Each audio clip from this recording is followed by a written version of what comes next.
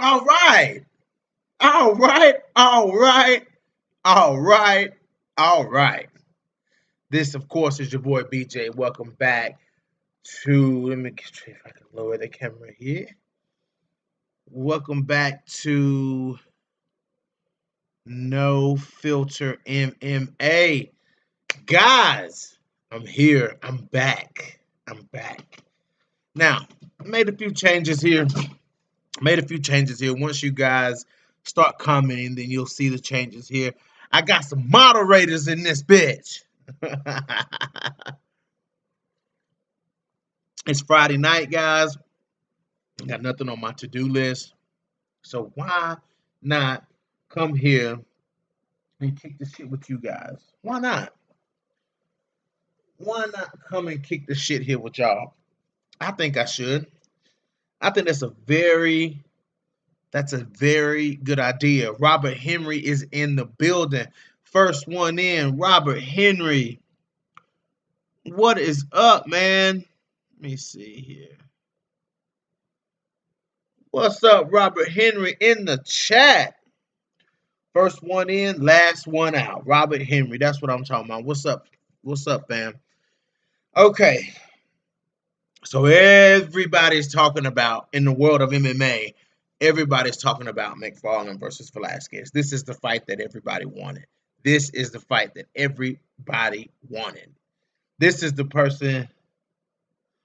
Oh, I hear you, man. Listen, the world of YouTube can be a trip, bro. If anybody knows, I know. Go back and look at my old streams. Look how raggedy my old streams were, bro.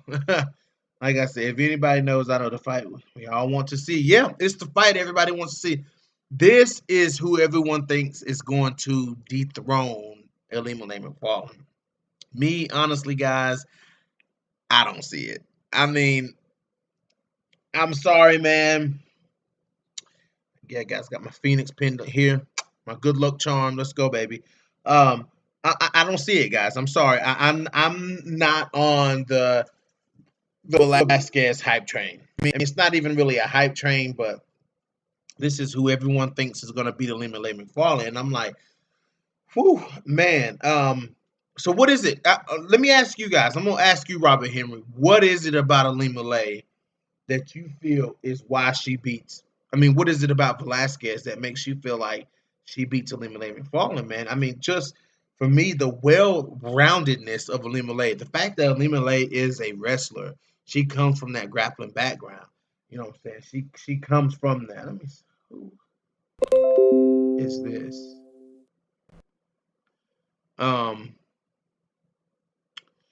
what is it about her that says that spells an upset over Ilima-Lei? Is it the fact that she's undefeated? Is it that she's undefeated? Ilima-Lei is also undefeated, guys. I just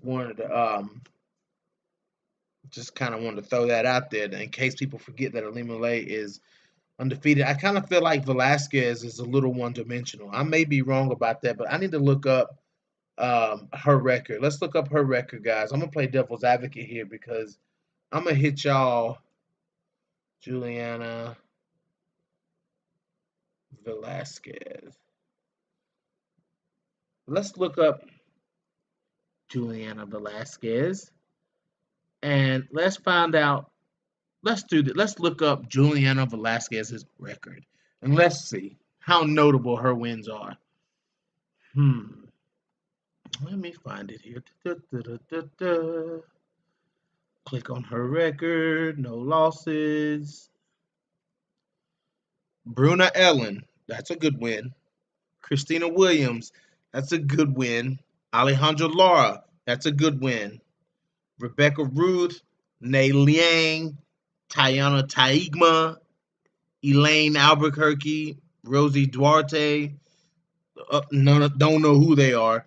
Talita Bernardo is the only. Talita Bernardo, Bruna Ellen, and Alejandra Lara are the only credible names that I really see on Juliana Velasquez's record. I mean, a record seems to be a big thing to you guys. Who people have faced in the past, may have faced in the past. So I'm just gonna talk about that. Guys. And and this is who we're banking on to beat Alima Lay. Wow. Oh, it's much better than Lima's, and I think she has a speed advantage as well. Yeah, man, but it's not always about striking though. Like that's the thing, bro, is it's not always about striking. Like you guys lean on the fact that people are good strikers. Like you lean on the fact that somebody has better striking than somebody else. Like you lean on that too much. Like I feel like y'all that is of such more value to y'all than everything else when it comes to being a mixed martial artist. Like, do you think good striking has stopped the Lima Lay so far? Like, has good striking stopped Alima Lay McFarlane so far? Kate Jackson had better striking than her. You know what I'm saying? Alejandra Lara had better striking. Um, let's see. Let's look at her record. Who she fought? Valerie Letourneau. Jesus, y'all, it's just it's this is crazy. This is crazy. Okay, let's look at Alima Lay's record. Kate Jackson, Veda Arteaga, Valerie Letourneau. Just right off the bat, the last three people that Alima Lay McFarlane has faced have been better strikers than her. Let's just break this down here. Let me read those names to you again. Kate Jackson, who she beat by unanimous decision, one-sided beatdown. Veda Arteaga, who she stopped via doctor stoppage. Okay. Let me see here. Hold on, guys. And Veda Arteaga, Valerie Letourneau, former UFC title challenger, guys. That's just, that's got to stop. That's got to stop, guys. Valerie Letourneau, she submitted former UFC title challenger Valerie Letourneau via triangle choke. One of the hardest submissions, one of the most rare submissions. You don't see too many triangle chokes. You don't. You don't see very many triangle chokes, guys. I'm sorry. Okay. Next was the other hype train that everyone just thought was going to beat Alima Lay McFarlane because she was big and she's really a bantamweight and she can fight and she's pretty. It was Alejandra Lara. I like Alejandra Lara. But coming into that fight, I knew that there was nothing that Alejandra Lara was going to present to it. Listen, Alima Lay McFarlane is one of those, she's one of those well-rounded fighters that it doesn't matter where the fight goes, she can be competitive. She can be competitive anywhere the fight goes in Bellator at 125 against any flyweight at 125 pounds. If the fight goes to the ground, it's competitive. If the fight's on the feet, you got to worry about Alima Lay coming forward. Now, one thing that I think Alima Lay McFarlane does beautifully. Let's see, Ron Berimbolo. What are you agreeing to, Berimbolo? What are you agreeing to, man? So I can kind of talk on that. Um, but Alima Lay is one of those fighters, man. If it goes anywhere, man, like this is what I was gonna say. I feel like when Alima Lay doesn't, with girls who she knows are really good strikers, you don't really see Alima Lay at distance in the middle of the octagon playing around striking. Like if Alima Lay done beat you down for 3 rounds, then you'll see Alima Lay standing in the middle of the in the middle of the Bellator cage, and then you'll see Alima Lay start throwing some of them hard, powerful shots that she throws. Haven't seen Alima really put anybody down with a shot yet, which I'm kind of waiting on that. But Alima Lay McFarlane, she has that grappler power, like that power that can stun you on the feet. She has that. She throws those heavy type of punches. Look at the elbow she landed on Arteaga was just nasty, guys. It was just straight up nasty. Um, and it is what it is when it comes to that. That elbow opened her up so bad that it opened her up so bad, man, that it was terrible. It was awful. They had to stop the fight. Arteaga was leaking like Liana Jojua was leaking this past weekend. Maybe worse than Jojua. But Yeah, guys. All right. So let's keep going here, guys. I mean, I don't think that yeah, Juliana Velasquez has a lot more technical striking than Alima Lay McFarlane. Absolutely. I mean, Stevie Wonder could tell you that Juliana Velasquez had better striking than Ilima Lay. I mean, anybody could tell you that. But that does not necessarily mean that Velasquez wins this fight just because her striking is good, guys. Man, something ain't right.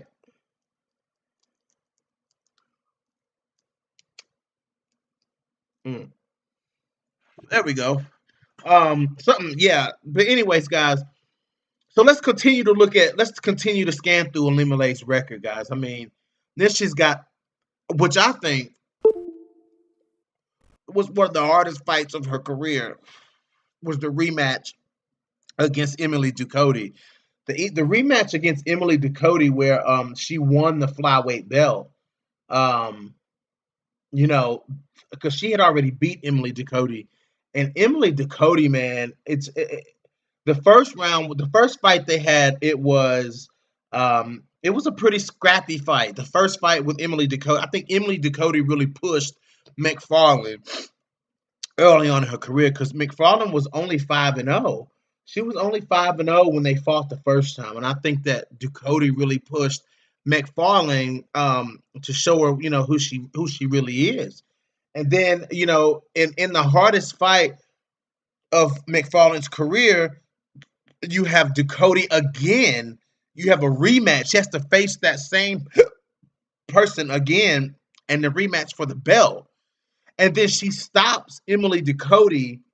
She stops Emily Ducote with a nasty triangle armbar.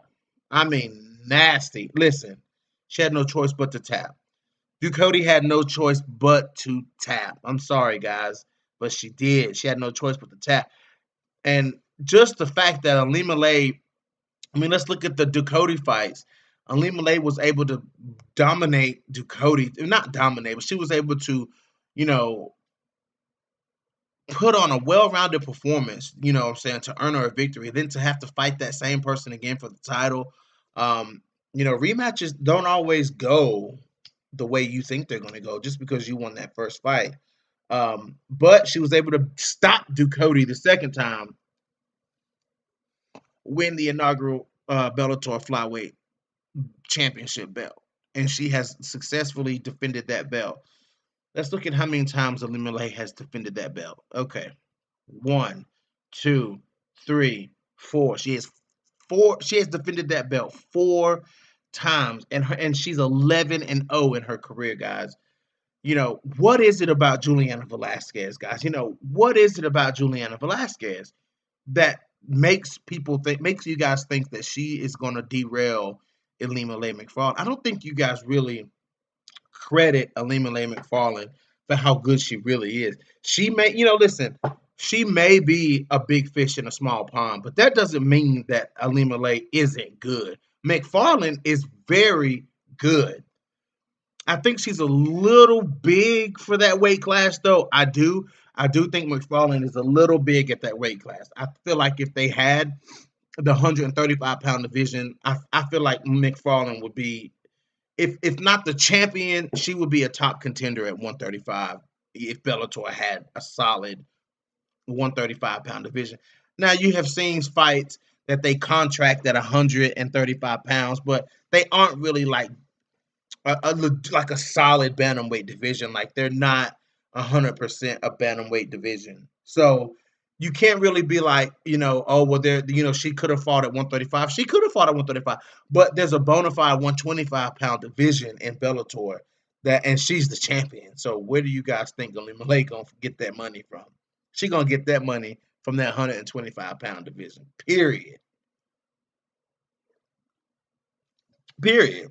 You know, but I'm just trying to figure out, guys. What I'm trying to figure out is what is it about Juliana Velasquez which spells an upset over Ilima-Lei Macfarlane? What is it? I don't know. I don't know, man. And then, you can't talk about Ilima-Lei for any extended period of time before the Valentina Shevchenko talk starts.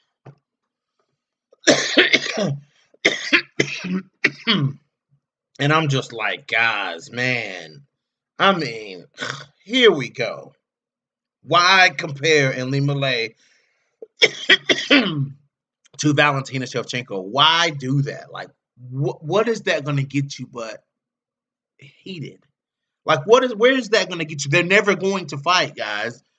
Ilima-Lei Macfarlane and Valentina Shevchenko are never, ever going to fight unless the UFC and Bellator, you know what I'm saying, hit us with some shit we ain't never seen before, which will be a cross promotion event where you have UFC champions versus Bellator champions. You have UFC champions here, Bellator champions here, and we have that fight card where it's just them versus them. And it would be a dope card. It would be an amazing card. Absolutely amazing card.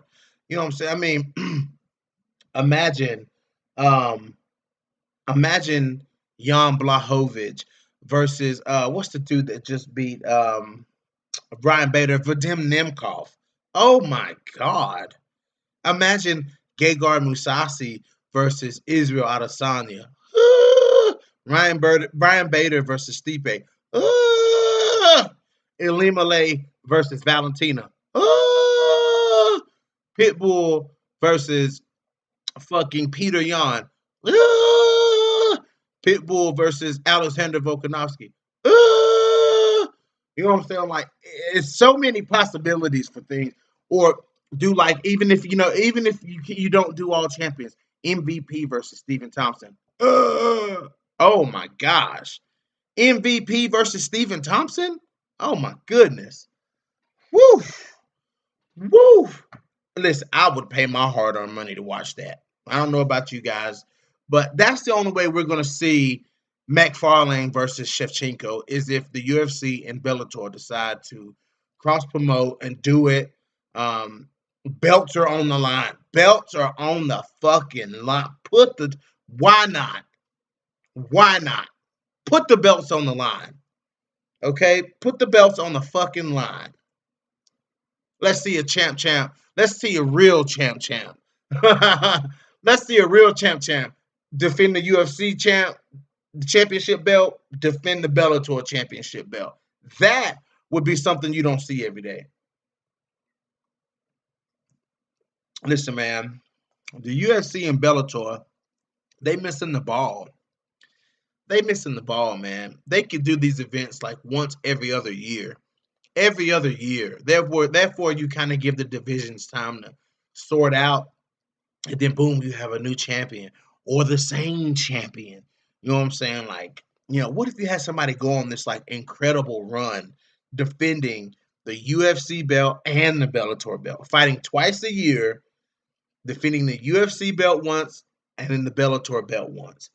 Imagine, guys, the fucking eyes that would be on that shit. Imagine the fights that we would get if that happened.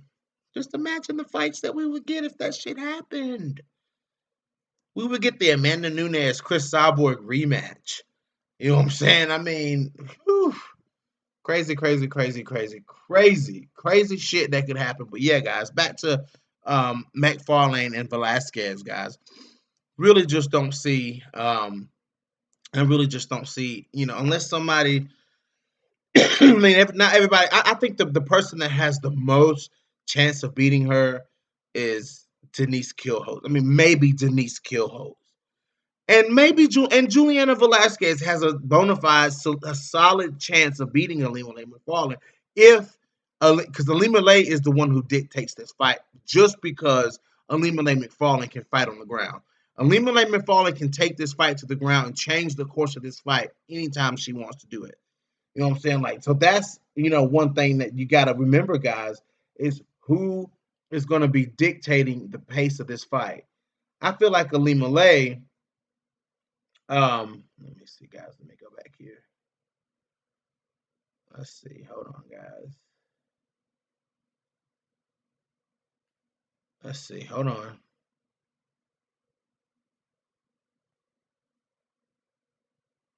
Let's see.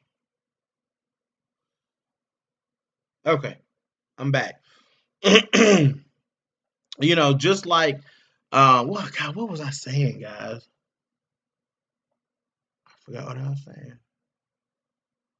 Oh, Elimelech McFarlane, she dictates all of her fights. Like, the only person I believe that was that gave her some trouble as far as like who wanted, they were kind of like jockeying, like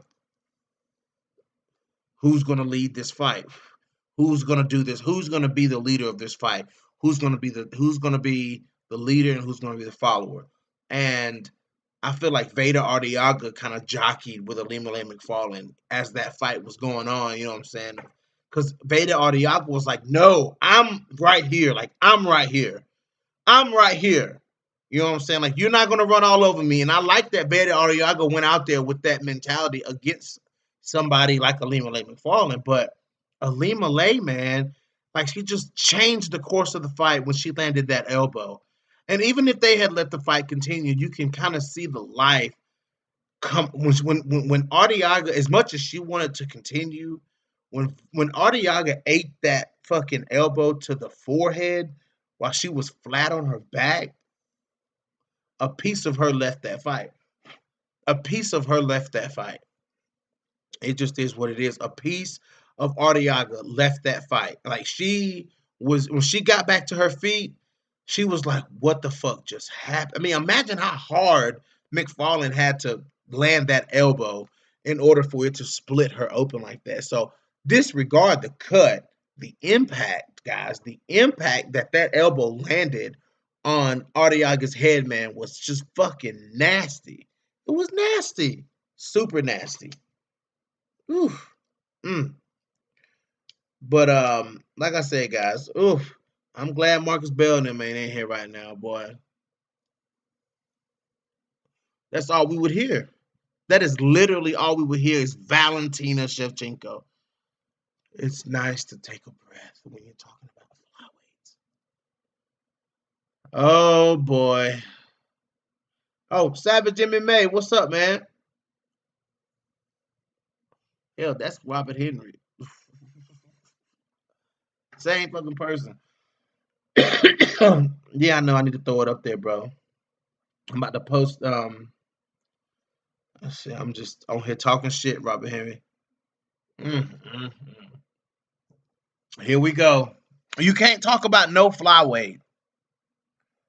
You can't talk about no flyweight without talking about Valentina Shevchenko. Boy.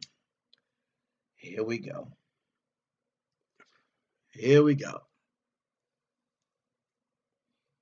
Can't talk about nobody. Can't talk about how good the other champion, the other top flyweight in the world is. I don't care how you put it. Elimelech McFarlane is one of two of the best flyweights in the world. If you're considering Valentina, stop. Oh, you can take that Antonina shit out of here. Antonina, duck.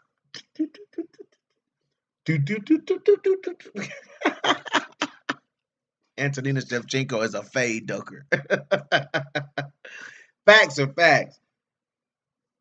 Elimelech McFarlane. If Valentina Shevchenko is the best flyweight in the world, and Elimelech is also the co-best flyweight of the world. That's absolutely no. That Savage.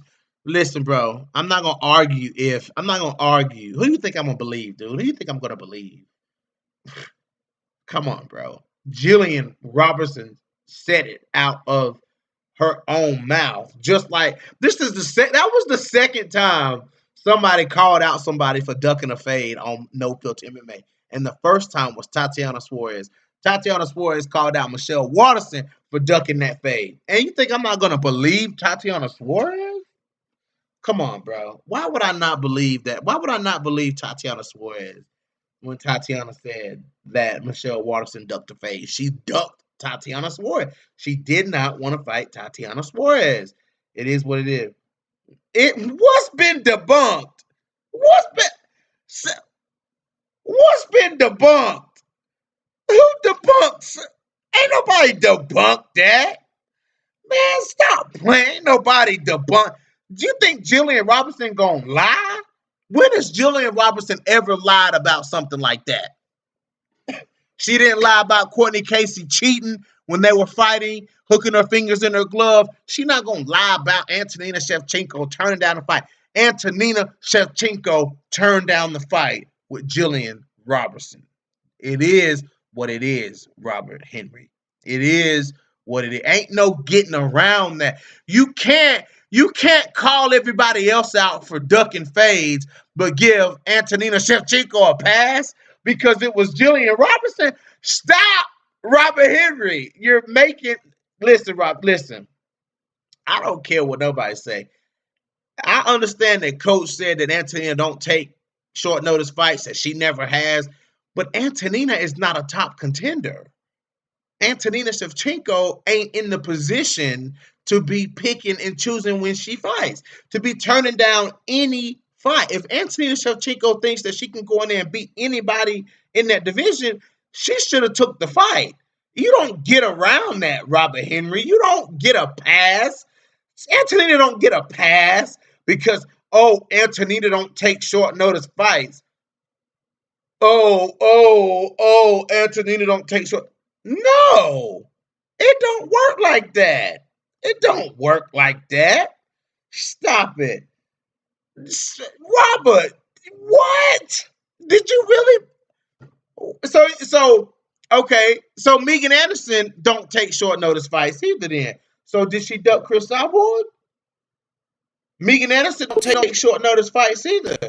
So did she or did she not duck Chris Cyborg?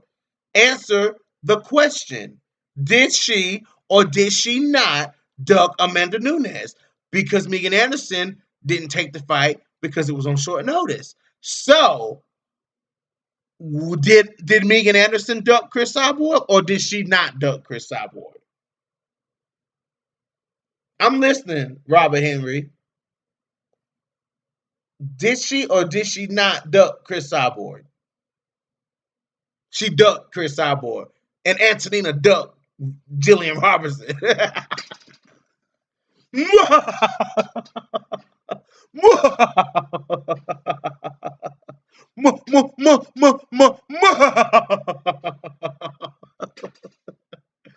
Oh boy.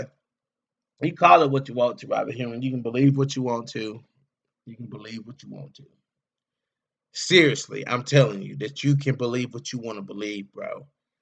But Jillian Robertson not gonna put her face out there. Okay?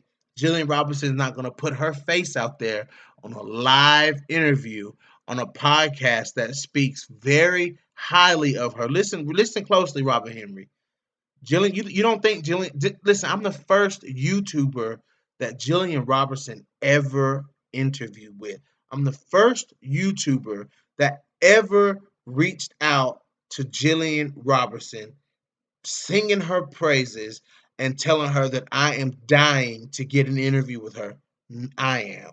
Do you really think that a young fighter like Jillian Robertson would sit on here with her face and her voice and lie about Antonina Shevchenko ducking her? You got to ask yourself that question, Robert Henry. And now I'm going to leave that alone. Okay? I'm going to let that ride because if you still don't believe that Antonina ducked Jillian, then something is wrong with you, buddy. Listen. No.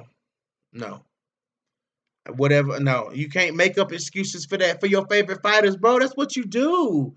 You make up excuses for your favorite fighters. You can't do that. You can't make up excuses. When Jillian Robinson loses, I look at how and why she lost. You know what I'm saying? You can't make up excuses as to why Antonina ducked. Jillian Robinson would beat Antonina Shevchenko. What is going on here, Robert Henry? What is going on here? Like, wh- you need to really ask yourself that. You know what I'm saying? Like, do you really believe that Robert Henry? Wow. Anyways, back to what I'm saying. Elimelech McFarlane, bottom line, is one of the best flyweights in the world, if not the top flyweight in the world. Her and Valentina Shevchenko are the two top flyweights in the world right now. Okay, because they're both holding the belt in the two largest divisions, the two largest organizations. They have the belt. Elimelech, you go here, you get this blood. Elimelech, you go here, you get this blood. Valentina Shevchenko. It is what it is. Okay, not a lot of girls in Bellator that I think is going to beat Elimelech McFarlane. I just don't really see it happening. There's everybody has a chance. You know what I'm saying? Like, the only one I really could see dethroning her would be either fucking it would be Denise Killholz. If Denise Killholz can force, there's always that chance that somebody can lose, guys. If Denise Killholz can force Elimelech to stay on the feet, stuff the takedowns, avoid getting pinned up against the cage, and because Elimelech is big and she's heavy. She's very heavy. You know what I'm saying? And if you let Elimelech get on top of you, man, you know, good luck getting up. And her grappling is very fucking good. And her grappling presents a problem for any girl she steps into the cage with. Okay? Some people, guys, listen, some people are that type of threat on the ground, guys. You know what I'm saying? Like, you guys praise a lot of people who, the majority of the MMA community praise a lot of fighters who are, you know, very good on the feet. There are some fighters who are that good on the ground and that good at getting you to the ground. You know, so I think a lot of people sleep on grappling. You know what I'm saying? As that portion of mixed martial arts. You know, you guys respect this sport and call it mixed martial arts, but it seems like there's not a lot of faith in a fighter that predominantly fights on the ground. And I've noticed that trend back in the day. You know what I'm saying? Like, I noticed that trend when I started seeing fighters like Damian Maya. You know what I'm saying? And how, even though Damian Maya has a lot of wins in his UFC career, but it's like the lead up to the Damian Maya fights and what people are saying about Damian Maya and what people say, even the people who work for the UFC, like what they say. You know what I'm saying? It's like, how can you, going into any fight with a fighter like Damian Maya, how can you not be putting his ground game as the most dominant, you know what I'm saying, force in a matchup with him and anyone, just about anyone? That should be the main thing that should be talking about. Okay, such and such has to stay away from it.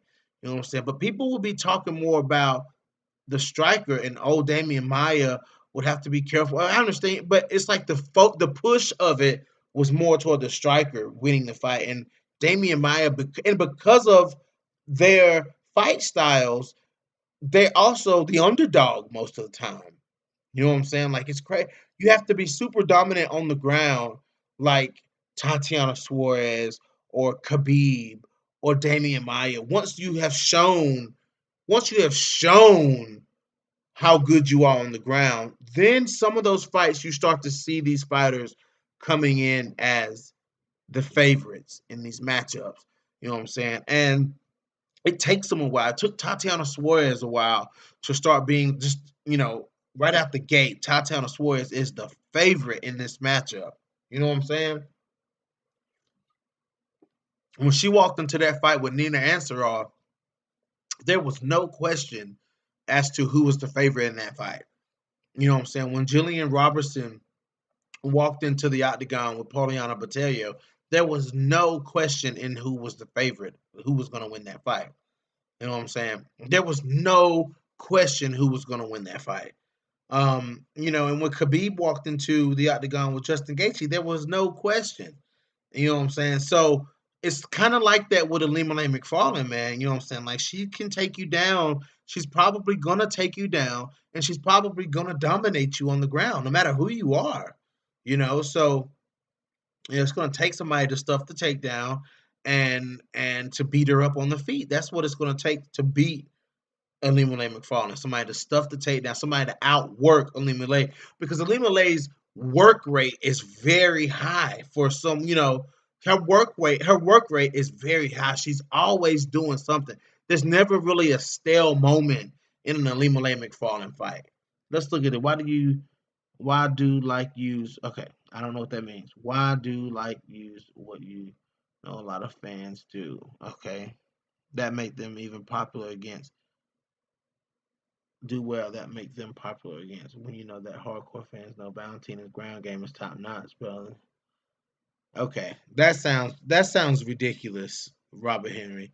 That's like the most ridiculous comment I think I've ever read in my life. I mean, that's just crazy. I mean,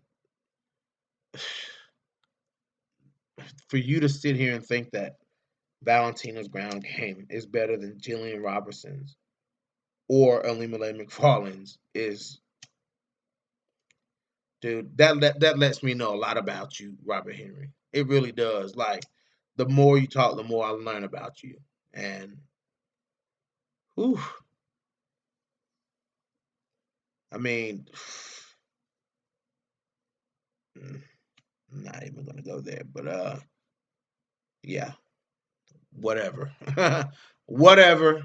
Um, let's talk about Anderson Silva versus Uriah Hall, man.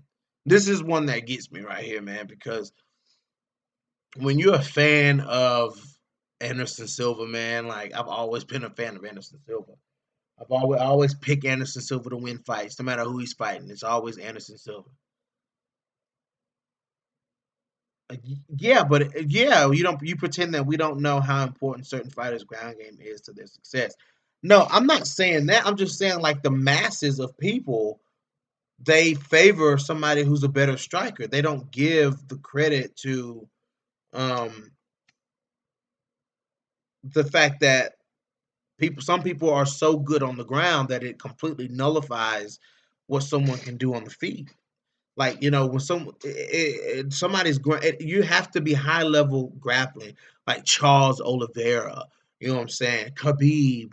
It doesn't matter how good of a striker you are when you walk into the cage with Khabib Nurmagomedov.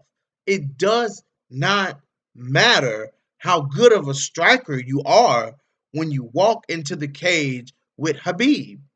It doesn't matter. It doesn't matter how good of a striker you are when you walk into a fight with Tatiana Suarez. I mean, do you think that phases Tatiana Suarez? Do you think that phases Khabib? Do you think that phases Damian Maya? Do you think that phases Charles Oliveira? Do you think that phases these people? It doesn't phase these people at all. It doesn't phase these people at all how good of a striker you are. It doesn't matter. Jillian Robinson, it doesn't matter how good of a striker you are. She trains to beat strikers. The fuck don't y'all understand about that? Ilima-Lei McFarlane trains to beat strikers. The fuck don't y'all understand about that? You know what I'm saying? That's what I don't get. What the fuck don't y'all get about that shit? They train to beat. Like I said, I'm gonna ask this question again. I'm gonna ask this question one more time. Does it matter to Khabib how good of a striker you are? Does it matter to Tatiana Suarez how good of a striker you are? Does it matter to Mackenzie Dern how good of a striker you are? Does it matter how to Jillian Robertson how good of a striker you are? Does it matter to Charles Oliveira how good of a fucking striker you are? Does it matter to Cindy Dandois how good of a striker you are? No, it doesn't matter to those people, man.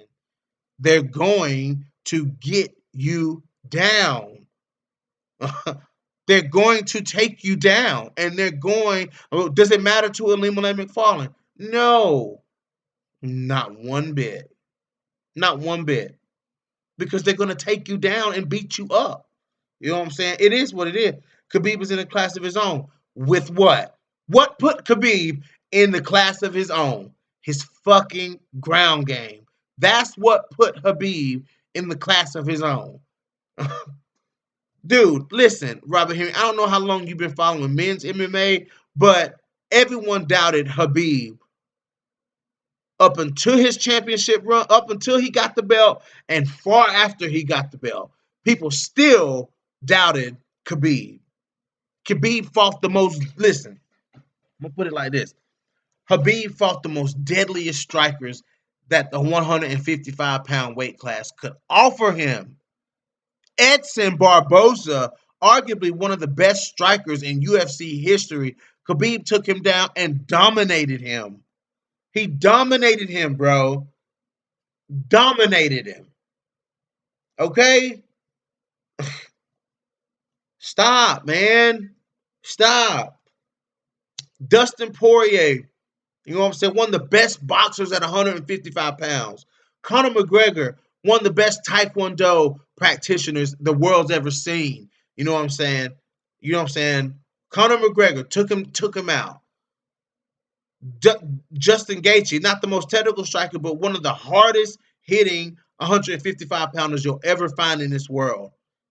And what did Khabib do? It doesn't matter to fighters like that, bro. Y'all need to start respecting. Y'all need to start respecting high level grapplers. You know what I'm saying? Y'all need to start respecting these high level grapplers. That's what I think the problem is. Exactly. There are no limitations, but y'all limit. Y'all limit. Y'all limit. You limit when you say things like Jillian Robertson doesn't have a chance at beating Valentina Shevchenko. That is limiting that. That's what you're doing. To say that it would be absolutely no, it would not even be a competitive fight in a fight with Ilima-Lei Macfarlane. That's bullshit. Bullshit. Bullshit. Pure doo-doo caca is what that is. But yeah, speaking of Anderson Silva, let's talk about Anderson Silva versus Uriah Hall. I'm done talking about that. I'm done wasting this very important, very beautiful breath. You know what I'm saying? I'm tired of beating a dead horse with this beautiful energy. You know what I'm saying? You can't. I mean, you can't beat a dead horse but so many times, man. And I'm just tired of trying to explain it to people to be rational. You know what I'm saying? You know what I'm saying? To be like, what? Remy, rethink that for a second. Whatever. Whatever. But anyways, man, it sucks to be a lifelong fan of Anderson Silva and to see Anderson Silva come to the point where he fights his last fight. That's heartbreaking, man. It's really fucking heartbreaking. It's heartbreaking to me, man, because I love seeing Anderson Silva fight. He's one of my favorites. He's one of the greatest of all time. And of course, to see a black man, no matter where he's from, he's a black man. Okay? To see a black man rise to the pinnacle of the greatest sport in the world, you know what I'm saying? The most competitive sport in the world. And rule it for a long period of time. You know what I'm saying? Just seeing him be. Oh, there he is. Marcus Bell has a wrench. Marcus Bell has a wrench. Dun dun dun dun dun dun dun. Marcus Bell, you have a wrench, my friend. Yeah, Marcus Bell. I just gave you a wrench just to give you a wrench, Marcus Bell. I got a few more wrenches to give out too. But I just gave Marcus Bell one just to give him one. You know what I'm saying? Marcus Bell get on my nerves though, but I ain't gonna start arguing with Marcus Bell. To see Damian Maia. I mean, to see oh damn, Damian Maia is gonna be the next one of my favorites to retire. Jesus, all my favorite Khabib. You know what I'm saying? Now Anderson Silva. Next is Damian Maia. Oh, oh man, that hurts. That hurts. But anyways, I think Anderson Silva really could get the win here.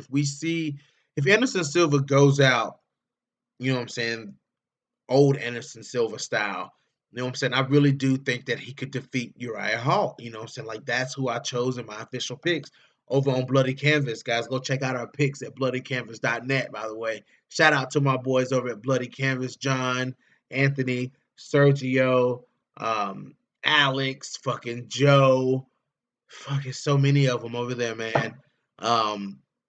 John. So yeah, guys, just shout out to all those guys. Jose, can't forget about Jose. Shout out to all those guys over at Bloody Canvas. Um, yeah, Marcus Bell, throw a wrench at Robert Henry ass. Get him out of here now. I'm just playing, man. Primus says, yup. Yup what? Yup what? Um, Anderson Silva could put he could beat Uriah Hall. If he's old Anderson Silva. Listen, guys, I feel like, damn, I just threw my whole lighter out of my hand, man. Klutz ass dude. I think Anderson Silva could have very well defeated Israel Adesanya in that fight. The way that let me say this, guys. I'm gonna say this to try not to piss y'all off and be as rational about it as I can.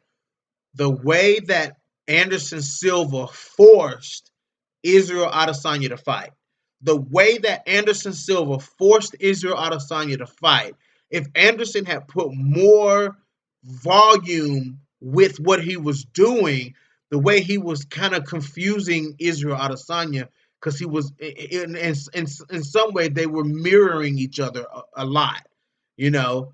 Yeah, I know Marcus Bell. We hadn't seen him in a while, but the way that Anderson was making Izzy fight, if he would have just had more output, like if Anderson Silva would have just turned it up, you know what I'm saying? Like that fight could have been amazing. It was amazing, but that fight could have been even more amazing, and he could have beat Izzy.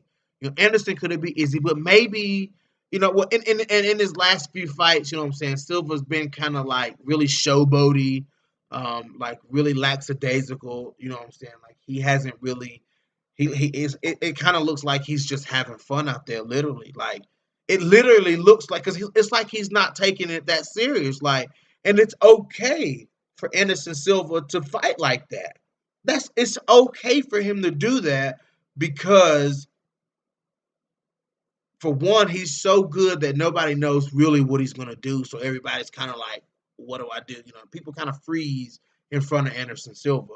You know what I'm saying? But like, he has proven that he is the greatest of all time. Anderson Silva, guys, my GOAT is Anderson Silva. He's the greatest of all time. You know what I'm saying? I mean, it just is what it is. Anderson Silva is the greatest of all time.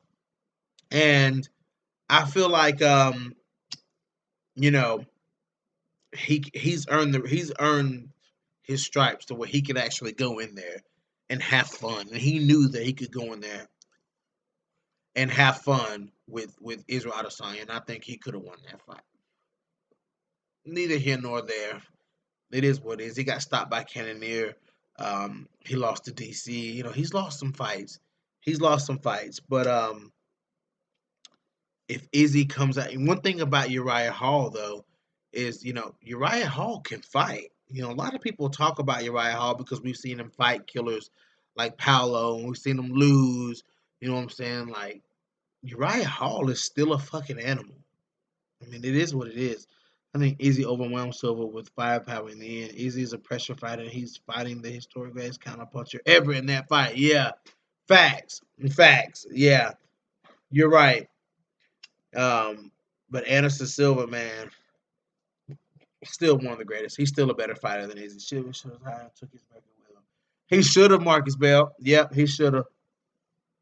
But he's a warrior. He's a true fucking warrior. Anderson Silva is a fucking warrior. And the fact that he's black, you know what I'm saying? That's a huge thing for me too. The fact that he's black, you know what I'm saying? Not saying that makes him any better of a fighter, but he's still black. But Uriah Hall is a really good fighter, guys. Very long, very similar to Anderson Silva in many ways.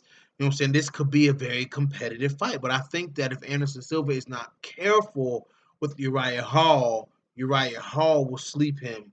But I think Anderson Silva, guys, what if, just as a what if scenario, what if we see classic Anderson Silva, guys? What if we saw? What if Anderson Silva came out for his last run and just gave us classic Anderson Silva, guys? That would be fucking amazing if he did that.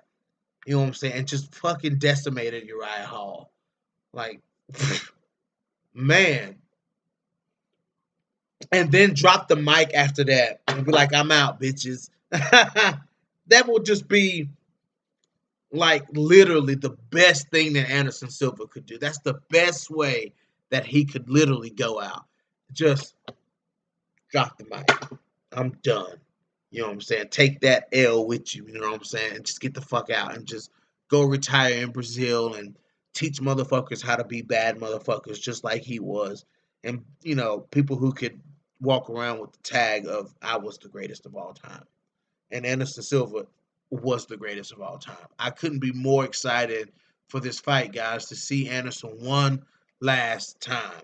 It almost makes you kind of emotional, you know what I'm saying? Like, it makes me emotional, you know what I'm saying? Just thinking, you know, this is it for Anderson Silva, man. A legend is closing his book tomorrow night.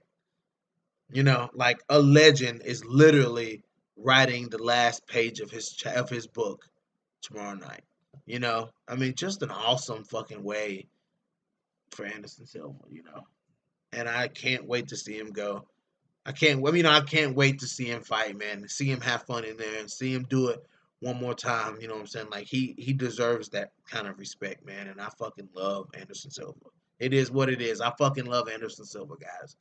Um, but I'm excited for him. I think he'll win this fight. I think he'll come out. I'm banking on Anderson Silva coming out and just fucking dominating and being Anderson Silva from 2008. You know what I'm saying? Like I'm looking forward to that Anderson Silva. Let's go, Anderson Silva. But Uriah Hall presents a lot of. Listen, guys, if Uriah Hall was to get his shit together, man, he could literally be one of the top fighters in this weight class. You know what I'm saying? I just feel like he had some tough fights, man. He did. Paulo Costa, man, he had some tough fights. So you can't really knock him. You know what I'm saying? I mean, you can because he lost, but man, let's look at his record, man. Let's look at Uriah Hall's record. You know, you kind of want to pull for Uriah Hall, but just not against Anderson Silva. Sorry, buddy. Uriah Hall, Jamaican American. Let's see. I like Uriah Hall a lot. I do, man. Like I always pull for Uriah Hall. I was pulling for him in the Paulo Costa fight. You know, he's on a two fight winning streak, but you know, he beat Bevon Lewis and Antonio Carlos Jr. He beat those guys. But he lost to Paulo. He beat Christoph Jocko. He's got he's got good wins in the UFC. He lost, but look at who he lost to though. He lost to Paulo Costa. He lost to championship material. He lost to top high level fighters. I mean, okay, let's look at his losses. He lost to Paulo Costa. He lost to Gegard Mousasi, world champion. He lost to Derek Brunson, high level competition, and lost to Robert Whitaker. You know what I'm saying? Fucking high level championship caliber fighter. You know what I'm saying? He lost a split decision to Rafael Natal. He lost to John Howard, and he lost to Kelvin Gastelum. Championship material. You know what I'm saying? Chris Weidman. Outside of the UFC, he lost to Chris Weidman. You know what I'm saying? I mean, the guy has only lost to high level competition. So going in here with Anderson Silva, depending on what version of Anderson Silva we get, um, you know, I see Anderson Silva winning this fight. You know, so I just wanted to come on, guys, and let you know what I think. Um, about two big fights coming up. We have Shevchenko Maya. Uh, we have a lot of good fights. Flyweight title fight. Men's flyweight title fight. Davison Figueiredo. Who's he fighting? I think it's I just saw who he was fighting. We just talked about who he was fighting because Cody Garbrandt. Um,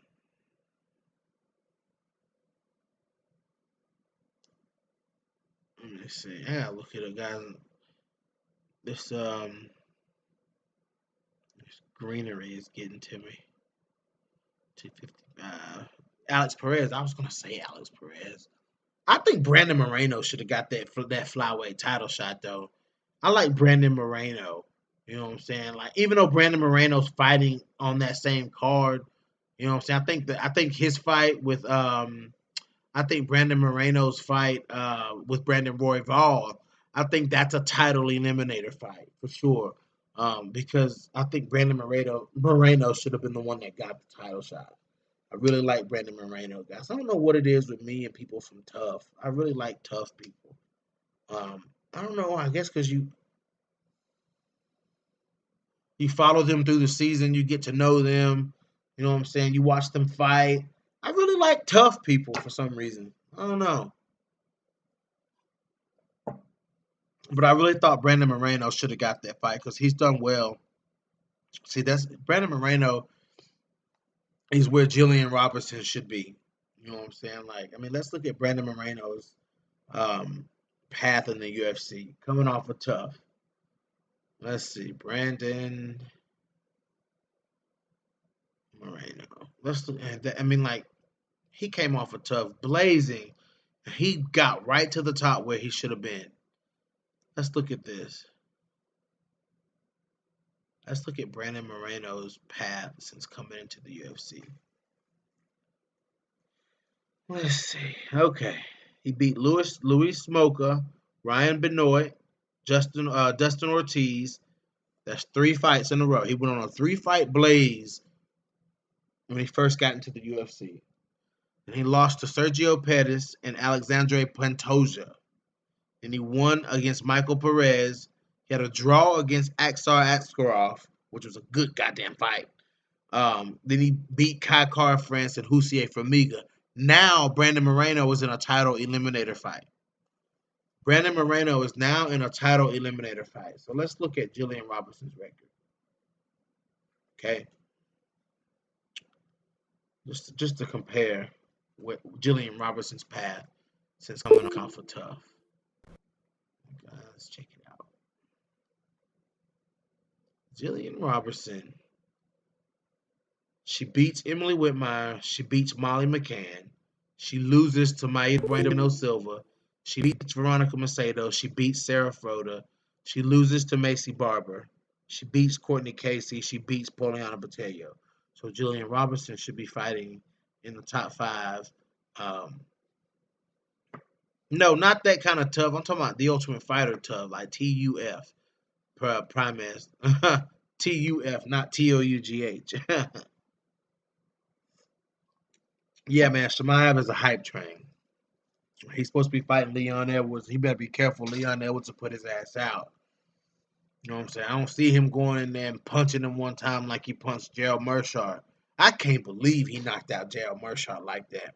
I can't believe that shit. Like, who knocks out Gerald Meerschaert like that? I mean, and it just happened like, boom. Who the fuck knocks out Gerald Meerschaert like that? Then Hazmat Shemaev goes in there and just throws one punch, and then boom, Gerald Meerschaert is out. Like, what the fuck? Dude, I couldn't even believe that shit, dude. I could not believe that he fucking knocked him out like that. That's some bullshit. Kind of like Conor McGregor and Jose Aldo was some bullshit. Like, that was some bullshit. You know what I'm saying? Conor McGregor and Eddie Alvarez was some bullshit. Who the fuck lands one shot like that and then boom, you're out? Anyways, guys, I want to come on and just give my official picks for these fights. I'm going to go with Anderson Silva by unanimous decision in his fight with Uriah Hall. And I'm going to go Ilima-Lei Macfarlane by submission in the 3rd round. It just is what it is, guys. Andrea Lee is a fucking hype job. She's a hype job. You know what I'm saying? She's a damn hype job. A real hype job. Yeah, Meerschaert got rocked. He did, man. That was some bullshit. I was like, dude, Meerschaert. But think about it. Meerschaert is one of the toughest middleweights. He's one of the toughest middleweights in the division, dude. And he fucking goes out there and gets finished in the first round by the first punch. I couldn't believe that shit. I could not believe that shit. Crazy shit, man. Crazy, crazy shit. Yeah, Andrea Lee is a hype job, but she beat Montana De La Rosa though. You know what I'm saying? To me, that was one of her best wins. You know what I'm saying? She went in there and beat Montana. Um, but she ain't won since she fought Montana. She ain't won since she fought Montana De La Rosa. Montana has won since then. You know what I'm saying? She ain't won since she fought De La Rosa. Mm. But anyways, guys, I'm getting out of here. I have not eaten dinner. I gotta go eat dinner. So that's what I'm gonna go do. I'm gonna go eat dinner. All right, guys. This is your boy BJ back from No Filter MMA. Drop those comments in the comment section. Hit that like button. Hit that dislike button. And if you guys haven't already, hit that subscribe button. Ting. And I am out of here, man. Andrea Lee haven't been a top 10 fighter. Nope, she hasn't. She hadn't been a top 10 fighter. Nope. Nope, nope, nope, nope, nope. So why is she still ranked above fighters like Jillian and De La Rosa? I mean, yeah, I can understand why she's above De La Rosa because she beat De La Rosa, but she shouldn't be ranked above Jillian Robinson. It is what it is. Anyways, guys, I'm out of here. Peace out.